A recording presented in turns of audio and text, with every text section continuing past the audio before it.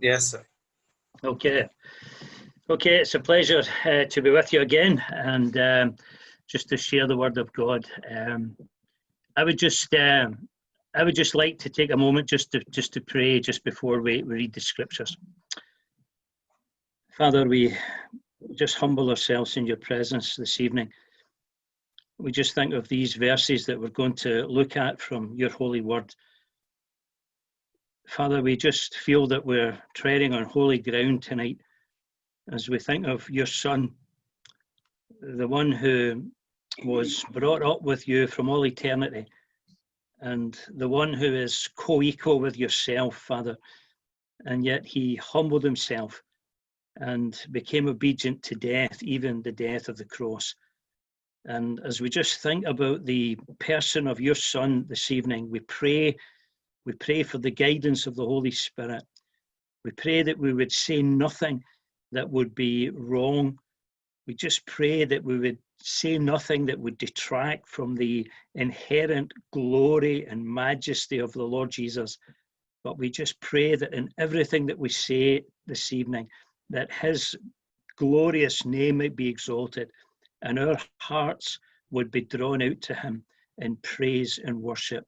Lord, we pray that wherever we are this evening, as we're joined together electronically, we just pray that wherever we are remotely, that we would just know a sense of your presence. And we just say very simply tonight that asking you that you would speak to us and draw our hearts out in adoration to the one that you have loved from all eternity. Bless us tonight, we pray, in Jesus' name. Amen. Amen. Amen. I'd just like to read a few verses in Philippians chapter 2. Philippi పత్రికలోని మరికొన్ని వచనాలు చదవాలని ఇష్టపడతా ఉన్నాను. If our brother could read from verse 5 to verse number 8. Philippi పత్రిక 2వ అధ్యాయం 5 నుండి 8 వచనాలు చదువుకుందాం. దయచేసి మీరు కూడా గమనించాలని మనవి చేస్తా ఉన్నాను. క్రీస్తు యేసునకు కలిగిన ఈ మనస్సును మీరును కలిగి ఉండుడి. ఆయన దేవుని స్వరూపము కలిగిన వాడయుండి దేవునితో సమానముగా ఉండుట విడిచిపెట్టకూడని భాగ్యమని ఎంచుకొనలేదు గాని మనుషుల పోలికగా పుట్టి దాసుని స్వరూపమును ధరించుకొని తను తానే రిక్తునిగా చేసుకొనెను. మరియు ఆయన ఆకారమందు మనుష్యుడుగా కనబడి మరణము పొందునంతగా అనగా సిలువ మరణము పొందునంతగా విధేయత చూపిన వాడై తను తాను తగ్గించుకొనెను. Amen. We want to take some time this evening to think about the mind of the Lord Jesus Christ and how his mind, how that affected his behavior.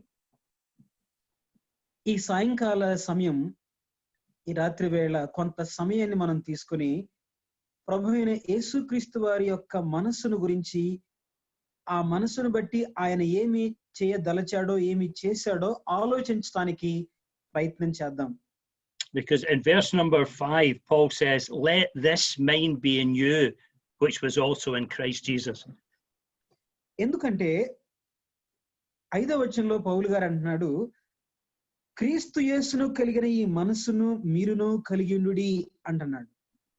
And then having made that statement, he then goes on to show us what the mind of Christ is like. ఆ మాట చెప్పిన వాడై ఉండి అంత మాత్రం ఆగలేదు గాని క్రీస్తు మనస్సు ఏంటో ఇంకా రాస్తూ కింద వచనాల్లో ఆ మనస్సుని వివరిస్తా ఉన్నాడు. We'll notice that the mind of Christ is a selfless mind. మరి క్రీస్తు మనస్సు మరి నిస్వార్థమైనటువంటి మనస్సు. Secondly, it's a serving mind. రెండవది సేవ చేసే మనస్సు. Thirdly, it is a submissive mind. మూడవదిగా అది లోబడే మనస్సు. And fourthly, it is a sacrificial mind. నాలుగవదిగా త్యాగపూరితమైన మనస్సు క్రీస్తు మనస్సు. And we see these four things in the verses that we have read this evening. మనము చదువుకున్నటువంటి ఈ 5 నుండి 8 వచనాల్లో ఈ 4 విషయాలు ఇక్కడ మనం గమనించగలం ప్రియులారా. These verses teach us about the humble down stooping of the Lord Jesus Christ from heaven to the cross. ఈ మాటలు పరలోకము నుండి భూలోకానికి తన్ను తానే రిక్తునిగా చేసుకున్నటువంటి తగ్గించుకున్న క్రీస్తు మనస్సు మనకిక్కడ కనిపిస్తా ఉంది. And Paul writes these things to the Philippian church, not just to teach the doctrine of Christ, but he teaches these things to set Christ up as an example for them. ఫిలిప్పీలకు పౌలు గారు ఈ మాటలు రాస్తూ క్రీస్తు ప్రభువుని గురించినటువంటి సిద్ధాంతాన్ని సత్యాన్ని బోధించట్లేదు, కానీ ఇక్కడ ఫిలిప్పీలు యేసు ప్రభు యొక్క క్రీస్తు మనస్సును తెలుసుకుని వారు కూడా అలాగూ ఆ మనస్సు కలిగి ఉండాలని రాస్తా ఉన్నాడు. Paul is really saying that if we have the mind of Christ, then we will be like Christ. ఒకవేళ మనకి ఈ మనస్సు, ఈ క్రీస్తు మనస్సు గాని ఉన్నట్లయితే మనము కూడా మరి క్రీస్తు వలె ఉంటాము అంటున్నాడు. We will have that same spirit of humility. మరి అలాంటి తగ్గింపు కలిగిన ఆత్మను మనం కలిగి ఉంటాం అంటున్నాడు.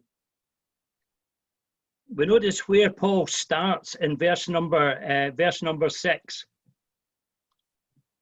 ఆ మనసును గురించి పౌలు 6వ వచనంలో వివరిస్తూ ఇలా అంటున్నాడు, ఆయన దేవుని స్వరూపమును కలిగిన వాడై ఉండి దేవునితో సమానముగా ఉండుట విడిచిపెట్టకూడని భాగ్యమని ఎంచుకొనలేదు గాని అన్నాడు. He reminds us of who the Lord Jesus Christ is in himself.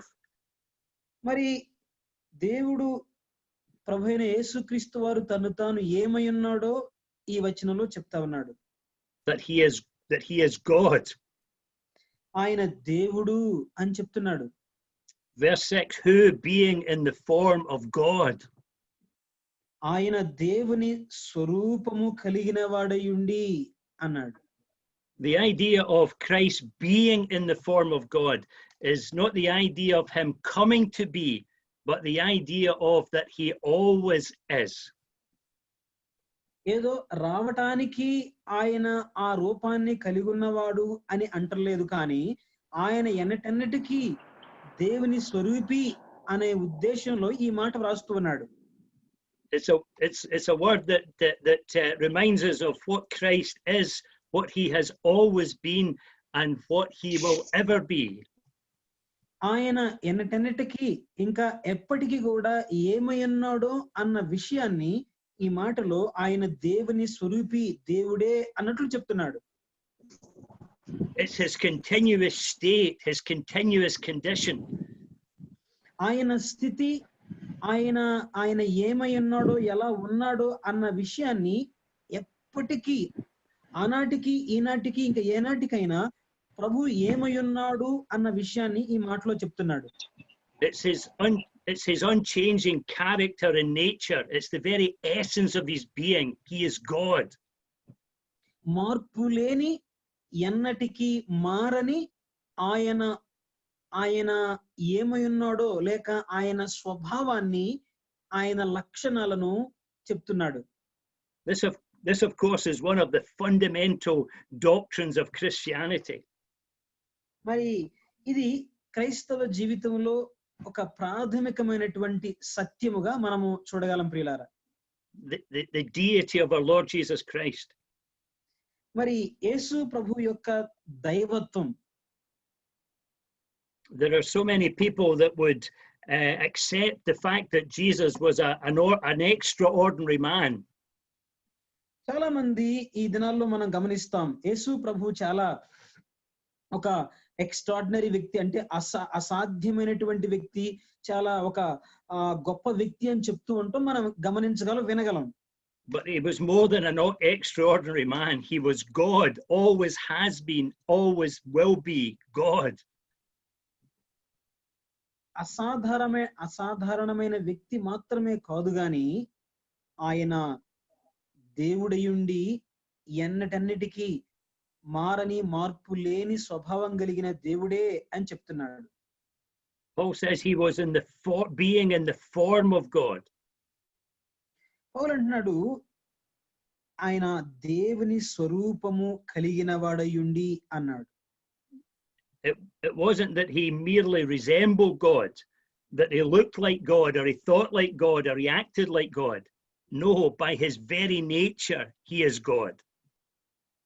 అక్కడ ఆ మాట మనం చూస్తే ఏదో కొంచెం దేవునిలా ఉన్నాడని, ఏదో కొంచెం దేవుని దగ్గర కొంచెం దేవునిలా కనిపిస్తున్నాడని, లేక చేస్తున్నాడని, ఏదో కొంచెం అక్కడ పోల్చి ప్రభువుని చెప్పట్లేదు కానీ సంపూర్ణంగా ఆయన దేవుడు, కంప్లీట్ గా దేవుని స్వభావ లక్షణాలు ఆయనలో ఉన్నట్లు ఆ మాట అర్థాన్ని మనం గమనించగలం.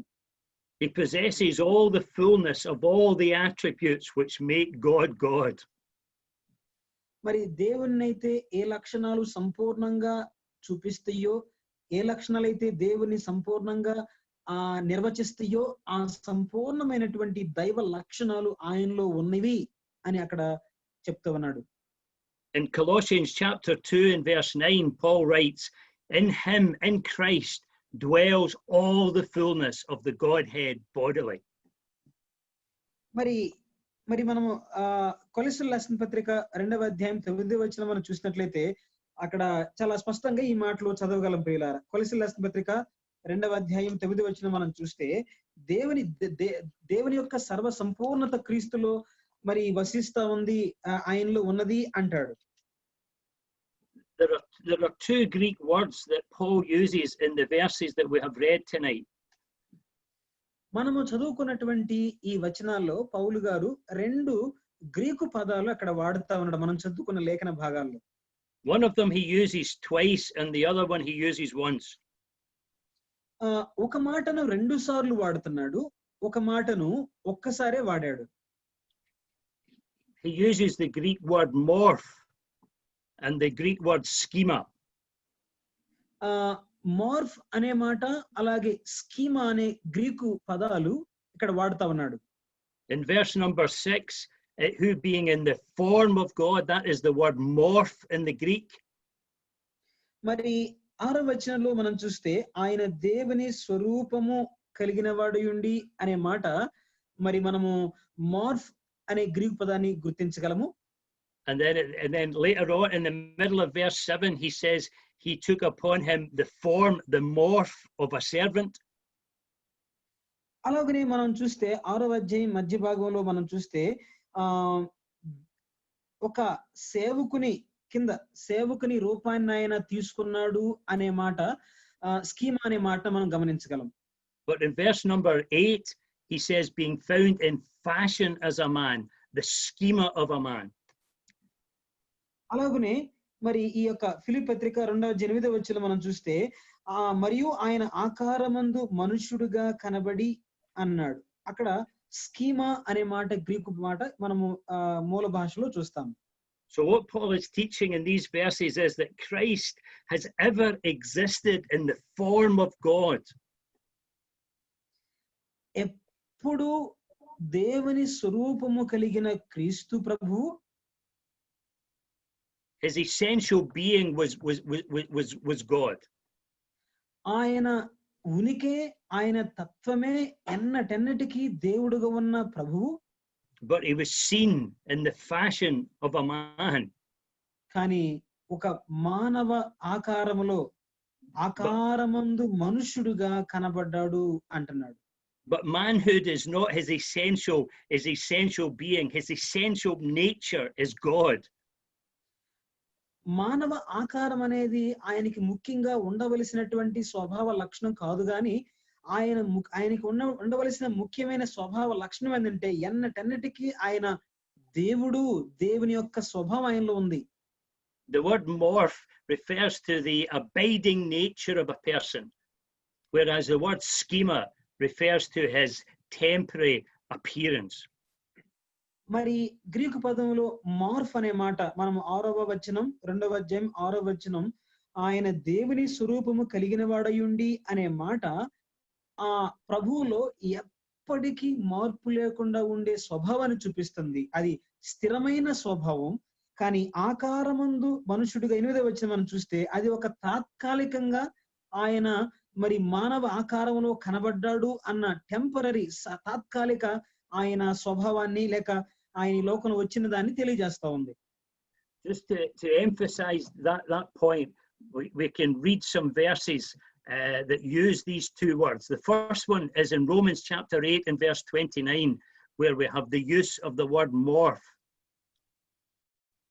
ఈ మాటలకు మరి వివరణ మనం చూడటానికి రోమాపత్రిక 8వ అధ్యాయం 29వ వచనంలో ఈ మార్ఫ్ అనే మాట అంటే గ్రీకు పదములో ప్రభువుకున్నటువంటి స్థిరమైన దైవత్వాన్ని చూపించడానికి రోమాపత్రిక 8వ అధ్యాయం 29వ వచనంలో మనం అక్కడ గమనించగలం. రోమాపత్రిక 8వ అధ్యాయం 29వ వచనం చదువుతున్నాను. ఎందుకనగా తన కుమారుడు అనేక సహోదరుల్లో జ్యేష్ఠుగునట్లు దేవుడెవరిని ముందు ఎరిగినో వారిని తన కుమారునితో సారూప్యము గలవారగుటకు వారిని ముందుగా నిర్ణయించెను. In Romans 8 and verse 29, we are predestinated to be conformed, to be morphed into the image of his son. మరి మనం చదువుకున్న రోమా 8:29లో ఉన్న మాట మనము ఆయన కుమారుడైన యేసుక్రీస్తు ప్రభు సారూప్యతలోకి అంటే ఆయన ఎలాంటి స్థిరమైన దైవ లక్షణాలు కలిగి ఉన్నాడో ఆ దైవ లక్షణాల్లోకి మనం కూడా మార్పు చెందడానికి ఎన్నిక చేయబడ్డాం ఏర్పరచబడ్డాం అని రాస్తున్నాడు పౌలు గారు. So when a person believes on the Lord Jesus Christ, an inner change takes place within their inner being. Their nature is renewed. They are conformed. They start a process of being conformed to the image of Christ. ఒక వ్యక్తి ఎప్పుడైతే ప్రభువైన యేసుక్రీస్తునందు విశ్వాసం ఉంచాడో ఆ వ్యక్తి అప్పటి నుండి ఇదిగో ప్రభువైన యేసుక్రీస్తు వారు ఎలాంటి మార్పు లేని దైవ స్వభావాన్ని కలిగి ఉన్నాడో ఆ స్వభావంలోకి మార్పు చెందుతూ ఉంటాడు. There is something starts the moment someone is saved that can never be changed. ఒక వ్యక్తి రక్షించబడి అతనిలో దైవ కార్యం ప్రారంభించినప్పుడు అది ఎప్పుడు ఆగదు. అది ఆ వ్యక్తి రూపం యేసు ప్రభువులాగా మార్చబడుతూ కొనసాగుతూనే ఉంటుంది. అది when a person is born again, something radical, something miraculous takes place within them, and they are changed forever. A change of nature. మరి ఒక వ్యక్తి మార్పు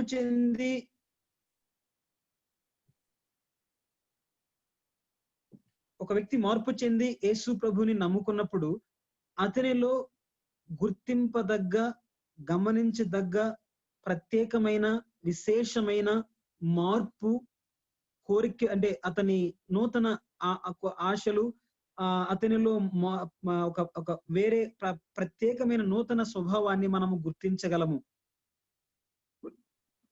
We have the same word in 2 Corinthians chapter 3 and verse 18. అదే మాట మరలా మనము కొరింథీయులకు రాసినటువంటి 2వ పత్రిక 3వ అధ్యాయం 8వ వచనంలో మనం చూడగలం. కొరింథీయులకు రాసినటువంటి 2వ పత్రిక 3వ అధ్యాయం 8వ వచనం చదువుతున్నాను, దయచేసి చూడండి. Brother 3:8 2 Corinthians 3 and 18. 18. కొరింథీయులకు రాసిన 2వ పత్రిక 3వ అధ్యాయం 18వ వచనం చదువుతున్నాను చూడండి. మనమందరమును ముసుగు లేని ముఖముతో ప్రభు యొక్క మహిమను అద్దము వలె ప్రతిఫలింపజేయుచు మహిమ నుండి అధిక మహిమను పొందుచు ప్రభువగు ఆత్మ చేత ఆ పోలికగానే మార్చబడుచున్నాము.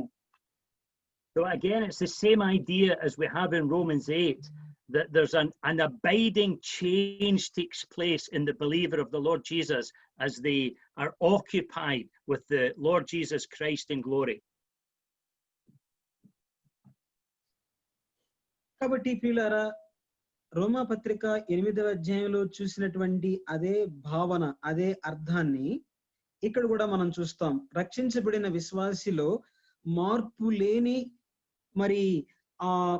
లేనటువంటి యేసు ప్రభు సారూప్యంలోకి మారే ప్రక్రియ అలాగే యేసు ప్రభు సారూప్యతలోకి వచ్చేటువంటి మహిమ నుండి అధిక మహిమలోకి ఆ వ్యక్తి మార్పు చెందుతూ మార్పు లేని యేసు ప్రభు స్వారూప్యాన్ని స్వతంత్రించుకుంటూ ఉంటాడు.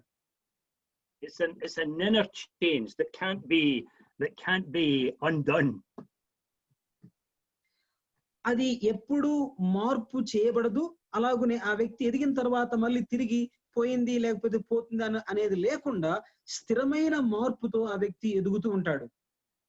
Paul uses the word again in Galatians chapter 4 and verse 19. అలాగనే గలతీ పత్రిక 4వ అధ్యాయం 19వ వచనంలో కూడా పౌలు గారు ఇదే భావనను అక్కడ ప్రస్తావిస్తున్నట్లు మనము చూడగలము. చదువుదాం. గలతీయులకు రాసిన పత్రిక 4వ అధ్యాయం 19వ వచనాన్ని నేను చదువుతున్నాను. దయచేసి చూడాలని మనం చేస్తా ఉన్నాను. నా పిల్లలారా, క్రీస్తు స్వరూపము మీ యందు ఏర్పడు వరకు మీ విషయమై మరలా నాకు ప్రసవ వేదన కలుగుచున్నది. So that is the word. These are instances of the use of the Greek word morph.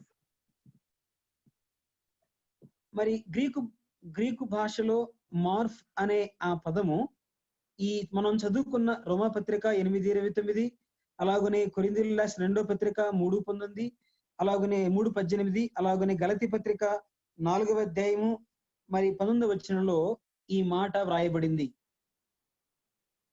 And it refers to the inner, essential and abiding nature of a person.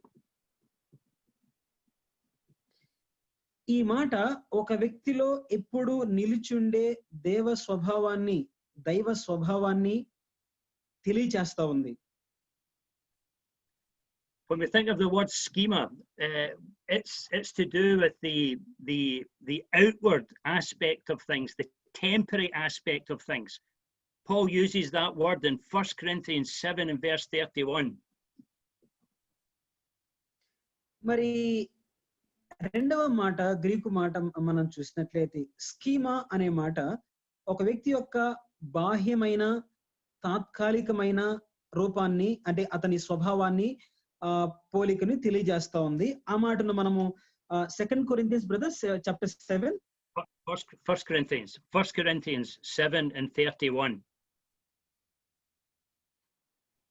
కొరింథీయులకు రాసినటువంటి మొదటి పత్రిక 7వ అధ్యాయం 31వ వచనంలో మనము ఆ మాటను చూడగలము. దయచేసి నేను చదువుతున్నాను, గమనించాలని మనవి చేస్తా ఉన్నాను. 7వ అధ్యాయం 31వ వచనంలో, ఈ లోకము అనుభవించువారు అమితముగా అనుభవింపనట్టును ఉండవలెను, ఏలయనగా ఈ లోకపు నటన గతించుచున్నది అన్నాడు. He's speaking there about the fashion, the schema of the world, which is ever changing.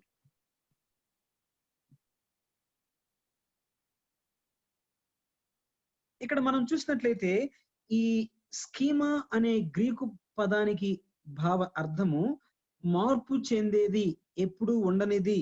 ఇక్కడ కూడా మనం చూస్తే ఈ లోకపు నటన గతించుచున్నది అన్నాడు. We see that constantly, the transient nature of the things of the world, ever changing. ఈ లోకంలో కూడా మనం చూస్తే ప్రియులారా, ఆనాటి నుండి నేటి వరకు కూడా రకరకాలుగా మార్పు చెందుతూ ఈ లోకపు పద్ధతులు, ఆచారాలు, జీవన విధానాలు విస్తృతంగా విపరీతమైన మార్పులు మనం చూడగలం. But the inner nature of the world never changes. Paul describes it as evil, this present evil world.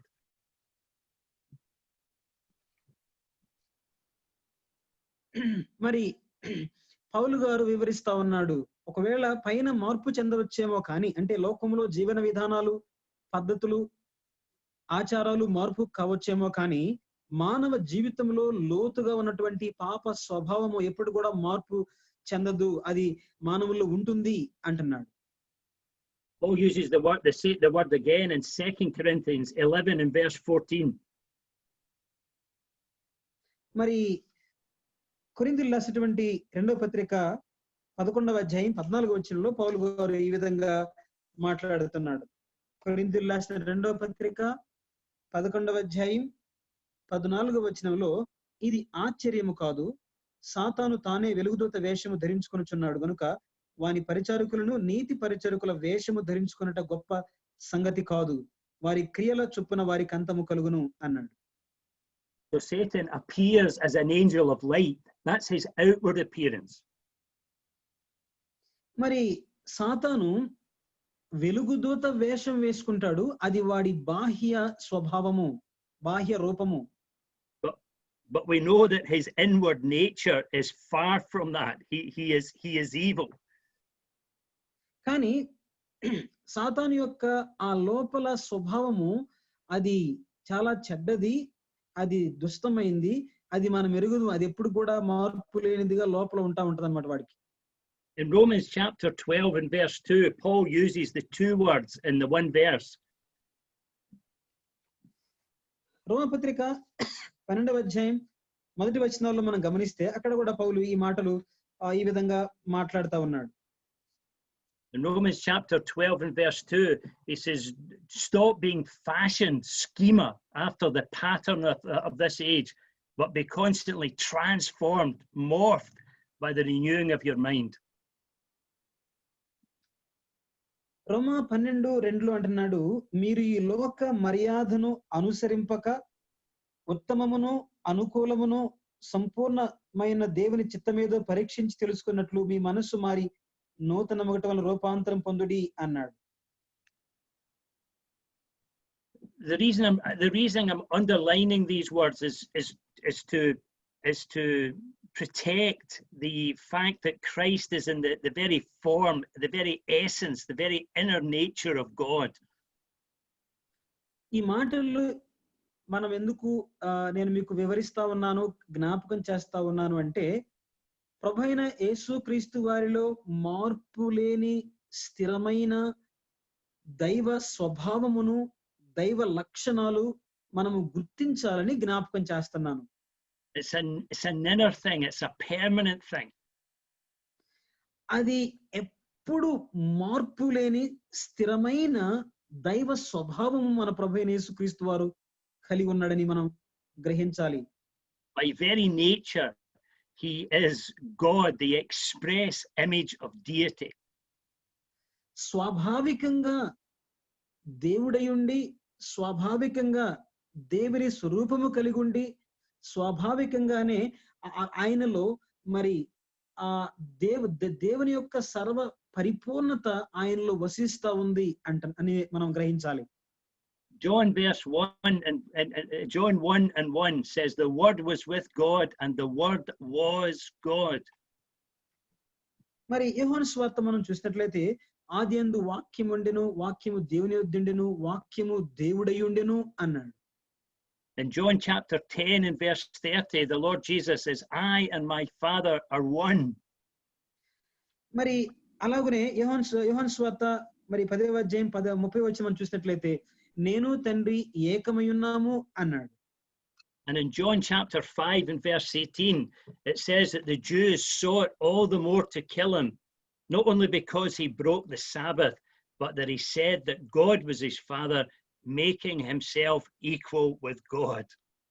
మరి యోహాను సువార్త 5వ అధ్యాయం 18వ వచనంలో యేసు ప్రభువారు సబ్బాత్ దినాన్ని అతిక్రమించి కారణం చేత వారు ఆయన చంపాలని చూశారు. ఎందుకంటే ఆయనను అంటే యేసు ప్రభు తండ్రితో సమానునిగా చేసుకున్నాడు కాబట్టి వారు ఏం చేశారంటే ఆయన చంపాలని చూశారు. So he says in verse number 6 that he thought it not robbery to be equal with God. మరి ఇక్కడ మనం చూసినట్లయితే ఫిలిప్పీయులకు రాసిన పత్రిక 2వ అధ్యాయం 6వ వచనంలో అక్కడ ఆయన దేవుని స్వరూపము కలిగిన వాడయుండి అనే మాట మనం చూస్తా ఉన్నాం. So Paul is aware of the fact that the deity of Christ will come under attack. పౌలు ఇక్కడ ఆ మాట మాట్లాడుతున్నప్పుడు ఆయన యొక్క ఉద్దేశం ఏంటంటే యేసు ప్రభు యొక్క దైవత్వం మీద అనేకులు దాడి, అంటే అనేకులు అపార్థములు, అనేకులు తప్పుడు విధానాలు బోధిస్తూ ఉన్న కారణం చేత ఆ ఉద్దేశంతో ఈ మాట మాట్లాడుతున్నాడు. So he wants to underline it, he wants to emphasize it, the absolute equality of Christ with the Father and Spirit. పౌలు యొక్క ఉద్దేశం ఏంటంటే ఫిలిప్పీయులు లేక మరి దేవుని పిల్లలు యేసు ప్రభు యొక్క దైవత్వాన్ని గురించి వారు అండర్లైన్ చేసుకునే ఆ మాటను ఆయన మార్పు లేని దేవుని స్వరూపి దైవత్వం కలిగిన ప్రభు అని చెప్పాలని ఆయన ఉద్దేశిస్తా ఉన్నాడు. he says he thought it not robbery, not a thing to be seized or clutched at.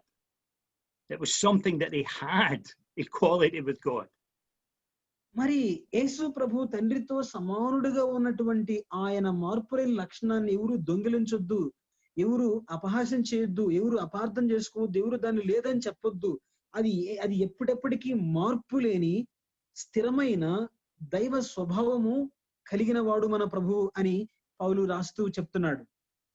Remember, in the Old Testament, we read concerning Satan that he desired to be as God. He saw it something to be grasped after.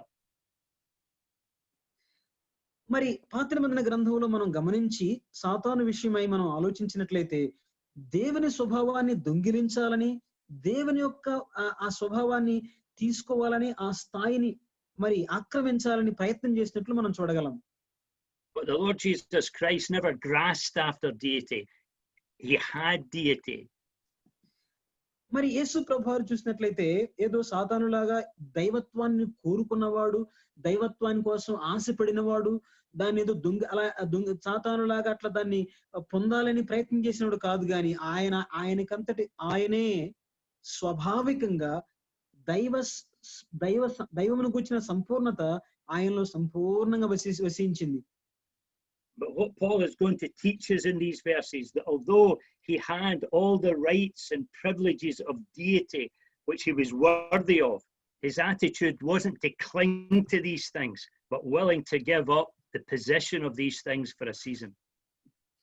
మరి పౌలు గారు ఇక్కడ రాస్తున్న మాట 2వ అధ్యాయం 6వ వచనంలో పౌలు గారు రాస్తున్న ఫిలిప్పీ పత్రిక 2వ అధ్యాయం 6వ వచనంలో ఆయన దేవుని స్వరూపము కలిగిన వాడయుండి దేవునితో సమానముగా ఉండుట విడిచిపెట్టకూడని భాగ్యమని ఎంచుకొనలేదు అంటున్నాడు.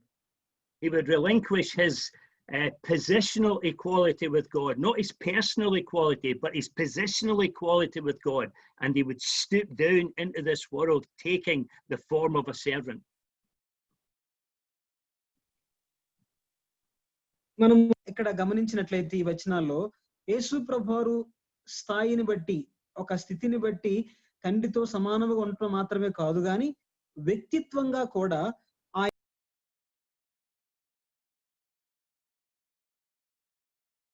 ఆయన ఉంటూ ఉన్నాడు. ఆయన వ్యక్తిత్వంలోనూ దేవుడిగా ఉన్నాడు, స్థితి యందు స్థానమందు కూడా దేవునితో సమానుడిగా ఉన్నాడు అని గమనించగలం.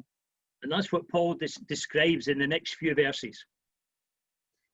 అదే ఇక్కడ కొన్ని ఆ విధంగా ఉన్న ప్రభు ఏ విధంగా ఆ స్థాయి విడిచిపెట్టకూడని భాగ్యం ఎంచుకోవని కిందకు వచ్చాడో, తగ్గించుకున్నాడో, ఆ విషయాల్ని పౌలు కింద వచనాల్లో మనకు రాస్తా ఉన్నాడు. Having established the absolute deity of the Lord Jesus, he now shows us the 7 steps of his humility. మరి ఒక సంపూర్ణమైనటువంటి ఖచ్చితమైన ఆయన దైవ స్వభావాన్ని వివరించి ఆ దేవునితో సమానుడుగా ఉన్న ప్రభువు ఏ విధంగా తగ్గించుకుని వచ్చాడో, 7 మెట్లు ఏ విధంగా ఆయన తగ్గించుకుని వచ్చాడో 7 మెట్టుల్లో ఆయన వివరిస్తా ఉన్నాడు ఇక్కడ. Verse 7 says he made himself of no reputation. 7వ వచనం చెప్తా ఉంది, మరి ఏ గుర్తింపు లేనివాడుగా ఆయన చేసుకున్నాడు, తాను రిక్తునిగా చేసుకున్నాను అంటున్నాడు.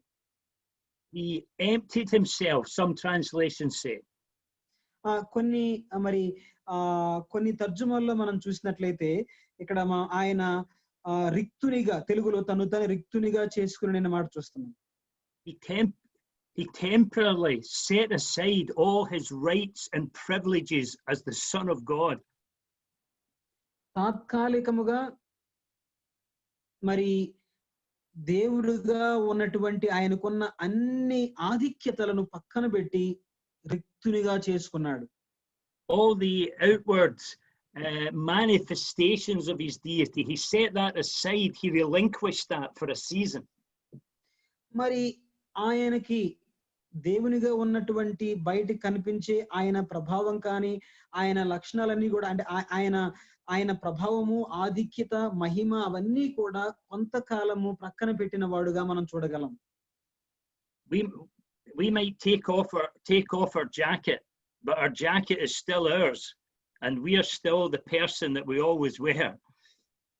మనము కూడా కొన్నిసార్లు మనకి పైన వేసుకున్నటువంటి కోట్ లాంటి తీసివేస్తాం, దాన్ని వేసుకుంటాం. మనం వ్యక్తులము దాన్ని తీసివేస్తాం, మళ్ళీ వేసుకుంటూ ఉంటాం. And so when the Lord Jesus Christ, when he took upon himself humanity, he took off the coat, as it were, of his eternal glory, and he set it aside, and he took upon himself humanity. కాబట్టి మనం ఏ రీతిగా coat తీసి మరలా వేసుకుంటామో ప్రభువైన యేసుక్రీస్తు వారు కూడా ఆయన మహిమ, ఆయన ప్రభావము కోటులాగా దాన్ని తీసివేసి మానవ స్వభావాన్ని, మానవ రూపాన్ని కోటులాగా ధరించినట్లుగా ఆయన తాత్కాలికంగా ఈ మానవ ఆకారాన్ని, మానవ పోలికను తీసుకుని వచ్చాడు. But in taking on humanity, he never ceased to be God. మరి ఈ మానవ ఆకారము తీసుకున్నప్పటికి కూడా ఆయనలో దైవ లక్షణం అనేది దేవుడుగా ఆయన ఉన్నాడు. I think I try to understand the situation. Like, imagine there were two directors in a company. ఒకసారి ఈ విషయాన్ని మనం ఇలా అర్థం చేసుకుందాం. ఒక కంపెనీలో ఇద్దరు డైరెక్టర్స్ ఉన్నారనుకోండి, నడిపించేవారు. One of them is the managing director, the other is the operations director. ఒక ఆయనేమో ఆ పనులన్నీ కూడా ఎలా జరగాలి, ఎప్పుడు జరగాలి ఏంటనేటిని అంటే ఆ పనులన్నింటినీ ఆయన మేనేజ్ చేస్తా ఉంటాడు, చూసుకుంటా ఉంటాడు. మరొక డైరెక్టర్ గారేమో మరి ఆ పనులు జరిగే దగ్గర ఉండి అవి ఎలా జరుగుతున్నాయి, ఏంటి జరిపించే వాళ్ళని పరిశీలన చేస్తూ, విచారణ చేస్తూ ఉంటాడు. They both are equal partners. They have an equal share in the business. వీరిద్దరికీ కూడా కంపెనీలో వాళ్ళ ఆ షేర్ల మీద లేక లాభాల మీద సమానమైన హక్కు వారికి ఉంది. But one of them sits in his executive office. కానీ ఒక ఆయనేమో ఒక ఉన్నతమైన స్థానములో ఉండి పని చేస్తున్నాడు. He has all the privileges of that status. ఆ స్థాయిలో అన్ని వసతులు, వనరులు లేక ఆధిక్యతలు ఆ వ్యక్తి కలిగి ఉన్నాడు, ఒక డైరెక్టర్ గారు. But the production director, he doesn't sit in the executive office. కానీ పని దగ్గర ఉండి పని చేయించే ఆ నాయకుడికి లేక డైరెక్టర్ కి మరి ఈ మొదటి వ్యక్తి కంటే అన్ని ఆధిక్యతలు ఉండవు. He walks about the factory. He's among the workers and among the machinery. ఎందుకంటే పని చేసే దగ్గర వారి మధ్య ఉండి వారితో కలిసి వారిలాగే కూడా ఆయన మరి అయిపోయి పని చేస్తూ ఉంటాడు కంపెనీ కోసం. So he has relinquished the privileges of his executive position to be alongside the workers. మరి ఆయనకున్నటువంటి ఆ విలాసవంతమైన లేక ఆధిక్యతతో కూడినటువంటి మరి ఆధిక్యతలన్నీ కూడా పక్కన పెట్టి కంపెనీ కొరకై ఆ పని వారితో కలిసి వారి దగ్గర ఉండి పని చేయించేవాడుగా, పనివాడుగా, వారితో సమానుడుగా అయిపోయాడు.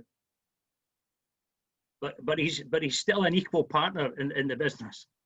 కానీ మనం ఆలోచించినట్లయితే ఆయన అయినప్పటికీ కూడా ఆ రెండవ వ్యక్తి, ఆ రెండవ నాయకుడు లేక డైరెక్టర్ గారు సమానమైనటువంటి ఆయనకి లాభములో లేక షేర్లో కానీ సమానంగా ఆయనకి పాలు ఉన్నది. And that is just a sort of a faulty picture of the relationship between the father and the son. The father being as the managing director and the son being the operations director, the one that sets aside the outward trappings of his executive position and takes the low place. ఇక్కడ కూడా మనం చూసినట్లయితే ఈ ఇద్దరి directors ని మనము తండ్రి కుమారుడిని పోల్చుకున్నట్లయితే తండ్రితో ఉన్న కుమారుడు ఆధిక్యతలన్నీ కూడా విడిచిపెట్టి మరి ఈ పనివారి దగ్గర ఉండి పని చేయిస్తూ ఈ ఆధిక్యతలను కోల్పోయిన వాడుగా కుమారుడు అక్కడ పని చేస్తూ ఉన్నాడు. He's the one that's prepared to get his hands dirty, as it were, in order to accomplish the purpose of the whole firm. కాబట్టి ఇక్కడ మనం చూస్తే ఆ కుమారుడు తన చేతులు మురికి చేసుకుని ఆ పనివారితో కూడా పనిచేసి తగ్గించుకుని ఆధిక్యతలు కోల్పోయి ఆ కంపెనీ యొక్క లాభాల కొరకై, కంపెనీ క్షేమం కొరకై పాటుపడిన వాడుగా, తగ్గించుకున్న వాడుగా కుమారుణ్ణి మనం చూడగలం. There are at least 3 privileges that the Lord Jesus set aside when he took upon himself humanity. మానవత్వాన్ని ప్రభువు పొంది మానవత్వాన్ని తీసుకుని ఈ లోకంలో వచ్చినప్పుడు ఆయన 3 ముఖ్యమైనటువంటి మరి ఆధిక్యతలను కోల్పోయిన వాడుగా, పక్కన పెట్టిన వాడుగా చూడగలం ప్రభుని. He temporarily set aside his heavenly glory. తాత్కాలికముగా పరలోకపు మహిమను విడిచిన వాడు ప్రభువు. In John chapter 17 and verse 5, he says to the Father, "Glorify thou me with the glory that I had with thee before the world began." మరి మనము యోహాను సువార్త 17వ అధ్యాయం 5వ వచనం మనం చూసినట్లయితే, తండ్రి లోకము పుట్టక మునుపు నీ యొద్ద నాకు ఏ మహిమయుండెనో ఆ మహిమతో నన్ను ఇప్పుడు నీ యొద్ద మహిమపరచుము అంటున్నాడు. So he divested himself of that eternal glory when he took upon himself humanity. మరి నిత్యత్వపు పరలోకపు మహిమను తాత్కాలికముగా ప్రభువు కోల్పోయిన వాడుగా, ప్రక్కన పెట్టిన వాడుగా మనం చూస్తాం. He also set aside his independent authority. రెండవది మనం చూసినట్లయితే ఆయనకున్నటువంటి వ్యక్తిగతముగా ఆయనకున్న ఆ ఆధిక్యత లేక అధికారమును ఆయన ప్రక్కన పెట్టాడు. As a man, the Lord Jesus submitted himself entirely to the will of his Father. మరి ఒక మానవుడు ఏ విధంగా తండ్రికి సంపూర్ణ విధేయత చూపుతాడో అలాగున ప్రభువైన యేసుక్రీస్తు వారు తండ్రికి సంపూర్ణమైనటువంటి విధేయత, మానవుడు ఒకవేళ చూడకపోవచ్చేమో గాని దైవ కుమారుడు తండ్రికి సంపూర్ణ విధేయత చూపిన వాడుగా మనం చూస్తాం ఇక్కడ. This was the one through him all things were created. మరి ఆయన ద్వారానే సమస్తము కలుగు చేయబడ్డాయి. The one who could say, that all authority is given unto me. మరి ఆయన అంటాడు సమస్త అధికారం నాకు ఇవ్వబడింది అంటాడు. And yet having all authority, he submitted himself to the authority and to the will of the Father. కానీ ఆయనకి సర్వ అధికారం ఇచ్చినప్పటికీ కూడా దేవుని అధికారమునకు, దేవుని చిత్తమునకు సంపూర్ణంగా విధేయత చూపిన వాడుగా ప్రభువైన యేసుక్రీస్తు వారిని మనం చూస్తాం. And he learned by he learned obedience by the things that he suffered. Can you repeat, brother? He learned obedience by the things that he suffered. Though he was a son, yet learned he obedience by the things that he suffered. కుమారుడు అయినప్పటికీ కూడా ఆయన మరి శ్రమ పడుటకు తను తానే తగ్గించుకున్నవాడుగా, శ్రమ పొందినవాడుగా ప్రభువుని మనం చూడగలం. The one who had all authority and yet he was obedient to the Father. He was obedient to Mary and Joseph. He was obedient to the authorities on the earth. మరి అధికారము కలిగిన వాడయుండి భూలోకంలో ఉన్నటువంటి తల్లిదండ్రులైనటువంటి మరియమ్మ గారికి, యోసేపు గారికి విధేయత చూపాడు. అటు తండ్రికి విధేయత చూపాడు. భూలోకంలో ఉన్నటువంటి మానవులైనటువంటి మరియమ్మ గారికి, యోసేపు గారికి విధేయత చూపిన వాడుగా మనం ప్రభువైన యేసుక్రీస్తు వారిని మనం చూడగలం. Remember these words in the Garden of Gethsemane, not my will, but thine be done. మనం ప్రభువైన యేసుక్రీస్తు వారు గెత్సెమనే తోటలో ఆయన ప్రార్థన చూస్తాం కదా, నా చిత్తము కాదు తండ్రి నీ చిత్తమే సిద్ధించును గాక అని మనం చూస్తాం. So he set aside his heavenly glory. He set aside his independent authority. మరి పరలోకపు మహిమను ప్రక్కన పెట్టాడు. ఆయనకు వ్యక్తిగతంగా ఉన్నటువంటి అధికారమును కూడా ప్రక్కన పెట్టాడు. Thirdly, he set aside his divine prerogatives. He set aside his divine privileges.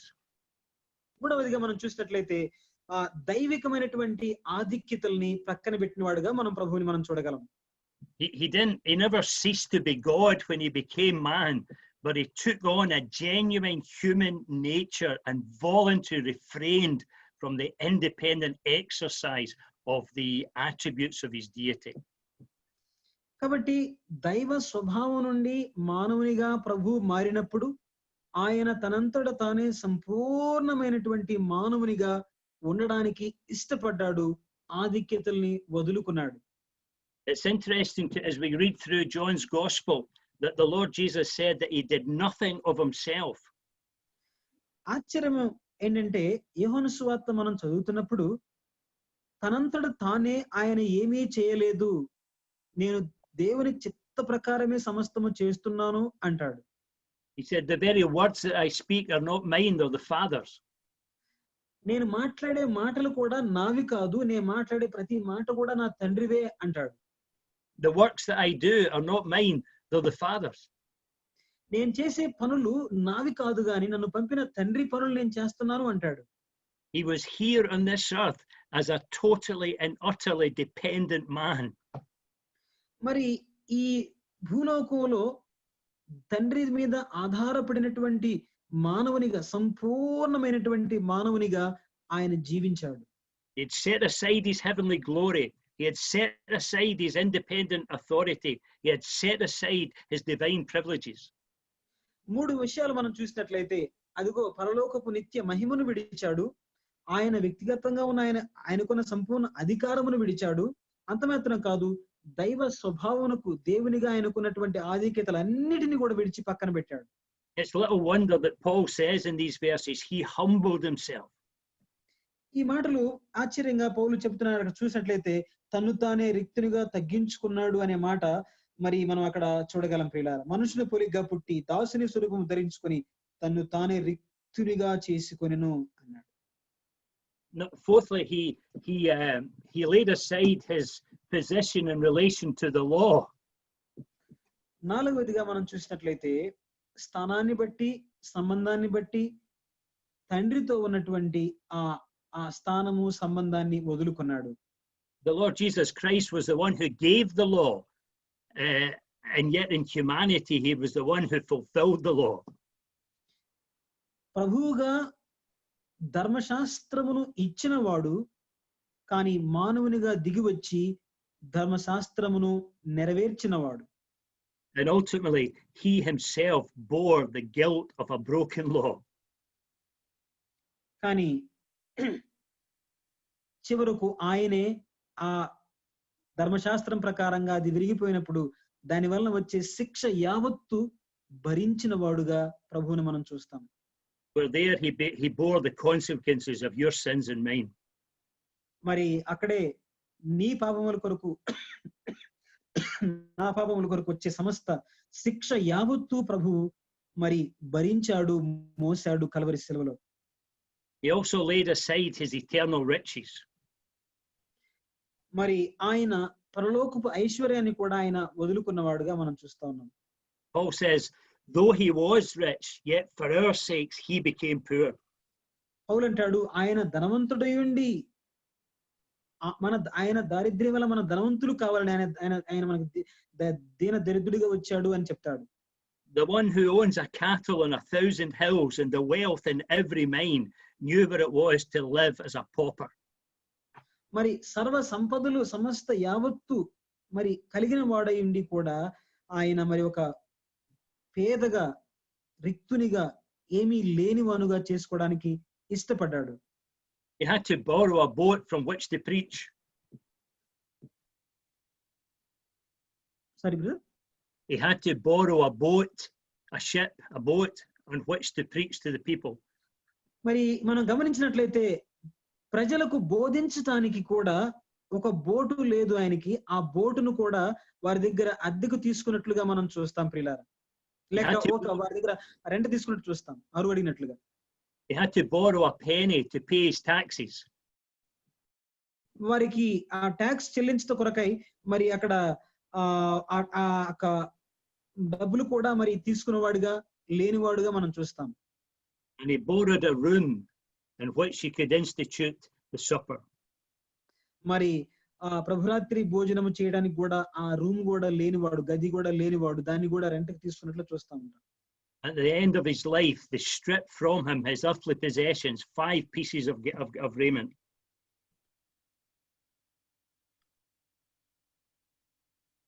Brother, can you repeat? At the end of his life, they took from the Lord Jesus Christ all his earthly possessions, which were five garments. మరి చివరికి యేసు ప్రభు కలవరి సిలువలో ఆయన సిలువ వేసే సమయానికి కూడా మరి ఆయన దగ్గర ఉన్నటువంటి 5 అంగీ అంటే ఆ అంగీలను కూడా తీసుకున్నట్లుగా మనం చూస్తాం ప్రియులారా. And all he was left with was a crown and a cross. చివరికి ఆయనకి ఏం మిగిలిందంటే అంగీలు కూడా లేకుండా చివరికి ఆయనకి ముళ్ళ కిరీటము సిలువ మిగిలింది. He had nothing else ఆయనకి ఇంకేమీ లేదు. as he hung naked on a cross. మరి దిగంబరిగా కలువరి సిలువలో వేలాడుతున్నాడు. This is the one who is in the form of God. ఈయన దేవుని స్వరూపం కలిగిన వాడై ఉన్న ప్రభు ఈయన. He thought it not a thing to be grasped after equality with God. దేవునితో సమానముగా ఉండుట విడిచిపెట్టకూడని భాగ్యమని ఎంచుకొనని ప్రభు ఈయన. And yet he made himself of no reputation. He set aside his divine privileges.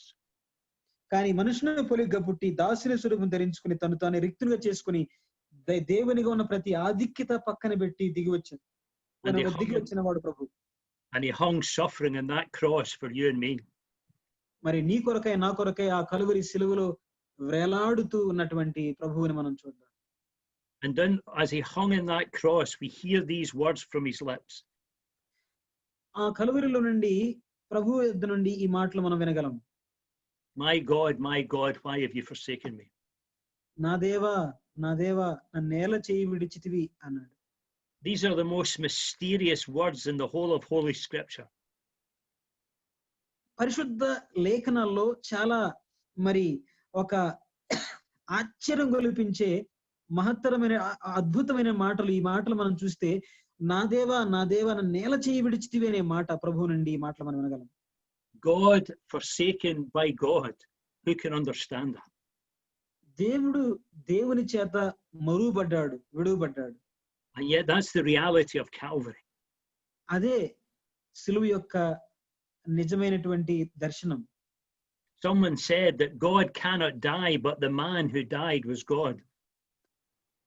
కొంతమంది అన్నారు దేవుడు చనిపోడు, అదిగో ఆ చనిపోయిన మనిషే దేవుడు అన్నారు. There in the darkness, the Lord Jesus Christ, who is the creator of everything, knew what it was to be utterly abandoned. వాళ్ళు చీకట్లో ఉన్నారు కానీ ప్రభువైన యేసుక్రీస్తు వారు సమస్త సృష్టిని చేసినటువంటి సృష్టికర్త ఆయన. And the only person in the world who had the right to assert his rights, he set them aside and he took that humble place. మరి ఈ లోకంలో మానవాళి కొరకై సమస్తమును పక్కన పెట్టి మానవ రూపమును ధరించుకుని వచ్చిన వాడు ప్రభువైన యేసుక్రీస్తు వారు. And Paul says, let this mind be in you which was in him. ఆ ప్రభువైన యేసుక్రీస్తు వారు నీలో నూతన వ్యక్తిగా ఉండాలి అంటున్నాడు.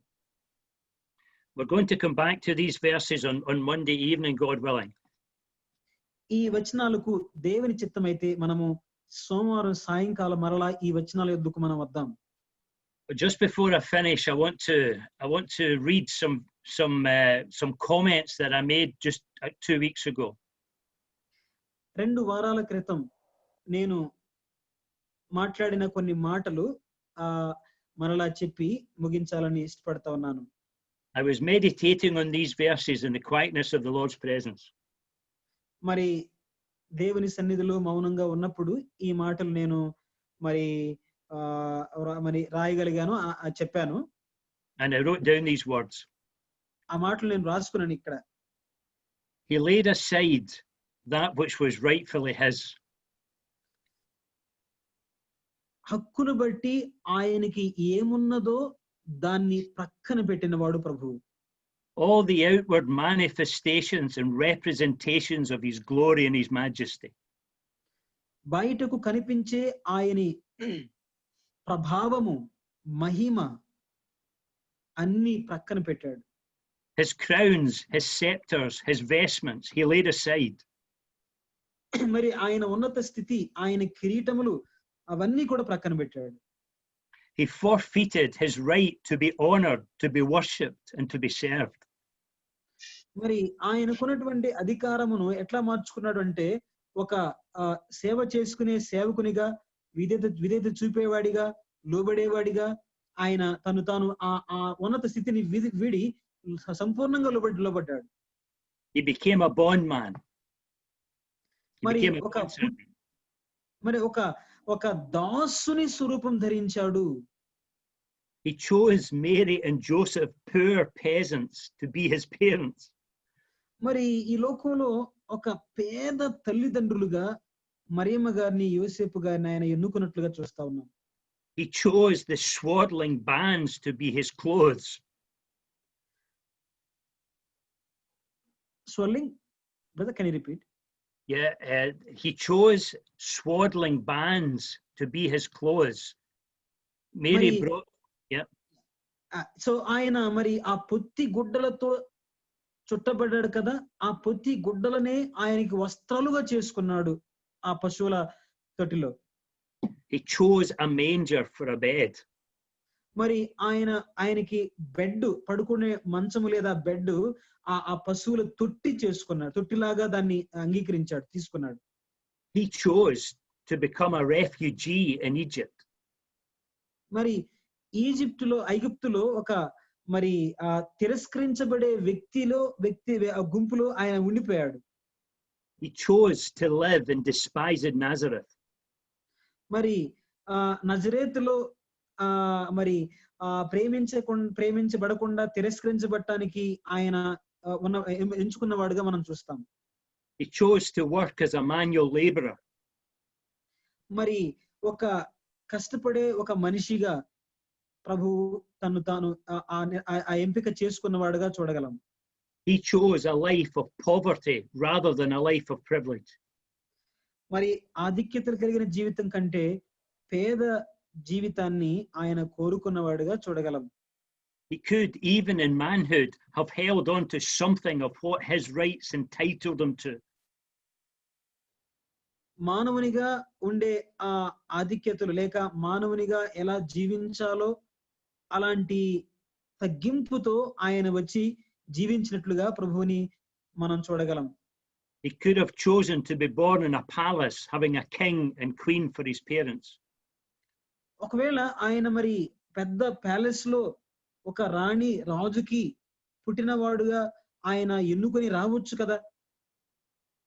He could have chosen a life surrounded by wealth and luxury.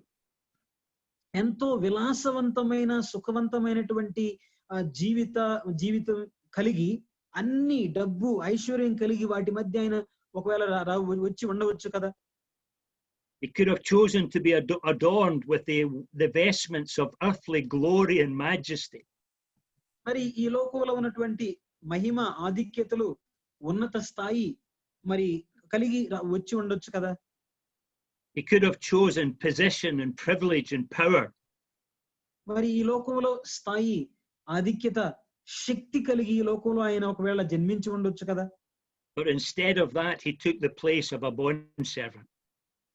కానీ వీటన్నిటికంటే అలా రాలేదు, అలా ఎన్నుకోలేదు. కానీ మనం ఒక విధంగా చెప్పుకుంటే ఒక బానిసలాగో అంటే మరి మానవ దాసునిగా ఆయన వచ్చాడు. He could have chosen daily to eat bountifully. He could have chosen every day to eat bountifully. మరి ప్రతిరోజు సమృద్ధి అయినటువంటి ఆహారం తినడానికి ఏమీ కొదువు లేకుండా ఆయన అలాంటి జీవితాన్ని కలిగి వచ్చి ఉండొచ్చు కదా. But he set aside all that stuff. కానీ అలాంటివి ఏవి కూడా ఆయన ఎన్నుకోలేదు. కానీ అన్నిటిని ప్రక్కన పెట్టి he was known as the carpenter's son. ఆయన ఒక కార్పెంటర్, ఒక చెక్క పని వడ్రంగి కుమారుడు కదా, యోసేపు వడ్రంగి కుమారుడు కదా అని పిలువబడ్డాడు. The Nazarene. ఒక నజరేయుడిగా. And sometimes disparagingly he was referred to as the son of Mary. మరి ఈయన ఒక మరియమ్మ కుమారుడే కదా, ఈయన యోసేపు కుమారుడు కాదా, వడ్రంగి ఆయన కొడుకు కాదా అని పిలువబడ్డాడు. అలా ఎంచుకొని వచ్చాడు ఆయన. Having left such heights of heavenly glory and majesty, even laying hold of the world's honor and privilege would have been humbling. మరి పరలోకపు నిత్య మహిమను, ప్రభావమును, ఘనతను విడిచి ప్రక్కన పెట్టి రిక్తునిగా ఈ లోకంలో తగ్గించుకొని ప్రభు జన్మించాడు. But he not only laid aside his heavenly glory, but refused all earthly replacements. పరలోకపు మహిమను విడిచిపెట్టడం మాత్రమే కాదు గాని భూలోకంలో వచ్చినప్పుడు సమస్త ఆధిక్యతలు, సమస్తమైనటువంటి ఉన్నతమైన విలాసవంతమైన సుఖవంతమైనటువంటి అన్నిటినీ కూడా భూలోకంలో కూడా కోరుకోలేదు, ప్రక్కన పెట్టాడు. And as a humble bond slave, he became obedient right on till death, even the death of the cross. మరి చివరకు దాసునిగా, ఏమీ లేనివానిగా, మరణం వరకు అప్పగించబడిన వాడుగా ప్రభువుని మనం చూడగలం. There was no quick, peaceful death for Christ. మరి సమాధానకరమైన వెంటనే జరిగే ఉన్నపాటున చనిపోయినటువంటి మరణం కాదు ప్రభు మరణం. It was a long, painful death. అది చాలా చాలా మరి కొన్ని గంటల పాటు భయంకరమైన నొప్పి, బాధతో కూడిన, వేదనతో కూడిన మరణం అది. And he suffered that death for me and for you. అలాంటి వేదనతో కూడినటువంటి మరణాన్ని ప్రభు నీ కొరకై, నా కొరకై అనుభవించాడు. And this one who was equal with God and took the place of the bond slave and died on that cross. మరి దేవునితో సమానుడైనటువంటి ప్రభువు దాసునిగా వచ్చి కలువరి సిలువలో నీ కొరకై, నా కొరకై మరణించాడు. Voluntary humbling himself. తన్ను తానే రిక్తునిగా చేసుకున్నాడు. He says to you and me tonight, ఈ రాత్రి వేళ ఆయన నీతో నాతో ఇలా అంటున్నాడు, follow me. Follow me. నన్ను వెంబడించండి అంటున్నాడు. And the same path of humility. ఆ తగ్గింపు కలిగిన ఆ మార్గంలో నన్ను మీరు వెంబడించండి అంటున్నాడు. And the same path of service. ఆ సేవ చేసే ఆ మార్గంలో నన్ను వెంబడించండి అంటున్నాడు. May God give us grace and strength just to follow the path of Jesus. మరి ప్రభువైన యేసుక్రీస్తు వారి మార్గమును, అడుగుజాడలను అనుసరించినట్లు దేవుడు మనకు కృప అనుగ్రహించును గాక. For his glory. Amen. దేవుని నామం మహిమపరచబడును గాక. ఆమేన్. ప్రేయర్ చేసి క్లోజ్ చేయండి. ప్రార్థన చేసుకుందాం. తలలు వంచినట్లయితే ప్రార్థన చేసుకుందాం. మహాపరిశుద్ధుడైన ప్రేమగల తండ్రి, కృపగల దేవ, ఈ రాత్రి వేళ నీ దాసుని అయాన్ రాబర్ట్ గారి ద్వారా మాకు శ్రేష్టమైన మీ ప్రియకుమారుడు, మా ప్రభు అయిన, మా ప్రాణప్రియుడైన ప్రభు అయిన యేసుక్రీస్తు వారి దైవ స్వభావమును, మార్పు లేని ఆయన లక్షణాలు, ఆయన స్థితి, ఆయన వ్యక్తిత్వం